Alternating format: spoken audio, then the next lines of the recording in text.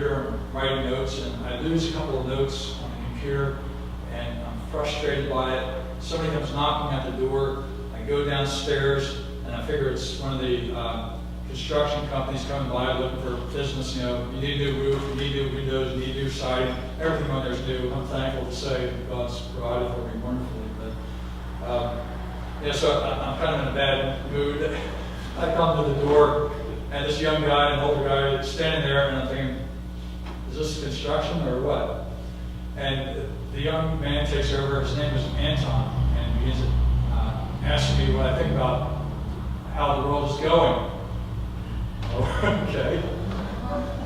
Well, that's pretty broad. And where's history going? And I talked to him for a little bit, and it becomes apparent that they are Jehovah's Witnesses. Talking about the coming age. Here, I'm supposed to be thinking about eschatology. I got this guy who comes to me to talk about eschatology, and I'm missing the point here. And so he talks about what the future might hold and all these kinds of things. I give him a brief summation of what I am, but I want to get out of the conversation and say I'm a minister in that First Presbyterian Church, and you don't really want to talk with me, do you? But afterwards, I thought to myself, I should have been friendlier, more gracious, and taken some time to talk with them. At the same time, I thought, what I could have said to them is that you have a hope of an afterlife, but you don't have a sufficient means to get you there. The Jesus whom you are preaching is not the Jesus who can save your soul.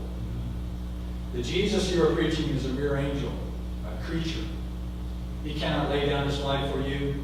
He cannot win your place in heaven. He cannot provide you with a righteousness that's perfect in God's sight. He is insufficient to bring you where you want to go. Only the Jesus of the Scriptures, the triune God, the Son of God, the second member of the Trinity. Only He can come into this world and atone for your sins fully and completely. Only He can give you perfect righteousness that satisfies God's justice perfectly and completely.